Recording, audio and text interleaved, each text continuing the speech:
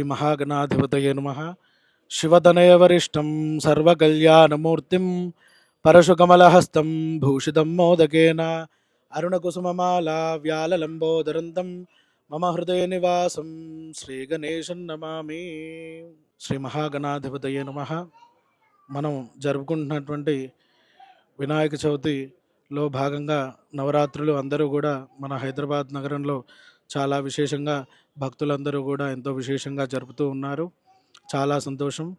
ఆ విఘ్నాలకి అధిపతి అయినటువంటి ఆ విఘ్నేశ్వరుణ్ణి పూజించడం వల్ల మనం చేసేటటువంటి అన్ని పనులలో కూడా ఆటంకాలు అవిఘ్నాలు ఏమైనా ఉంటే తొలగిపోతాయి. అట్లానే వాళ్ళు మొదలుపెట్టినటువంటి పనులన్నీ కూడా తొందరగా విజయవంతం అవుతాయి. అట్లానే భక్తులందరూ కూడా వారి కోరికలు తొందరగా తీరాలంటే స్వామివారికి ఏదైనా ఎంతో కొంత ధనాన్ని ముడుపు రూపంలో కట్టి ఆ కోరిక తీరిన తర్వాత స్వామివారి హుండీలో మీ సమీపంలో ఉన్నటువంటి దేవాలయం హుండీలో వేస్తానని నమస్కారం చేసుకున్న ఎడల తొందరగా వారి కోరికలన్నీ కూడా తీరుతాయి.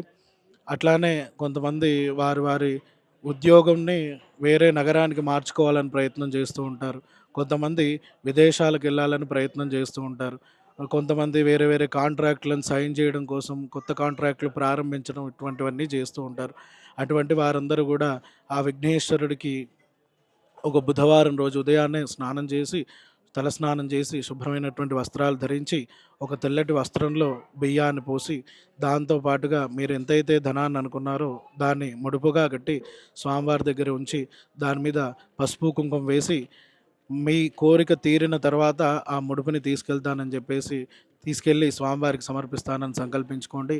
అట్లానే ఆ యొక్క విఘ్నేశ్వరుడు పనస ఫలప్రియుడు కాబట్టి మీ కోరికని ఈ విధంగా కూడా చెప్పొచ్చు. స్వామి, ఒకవేళ నా కోరిక తీరితే స్వామివారికి పనసకాయని సమర్పిస్తాను.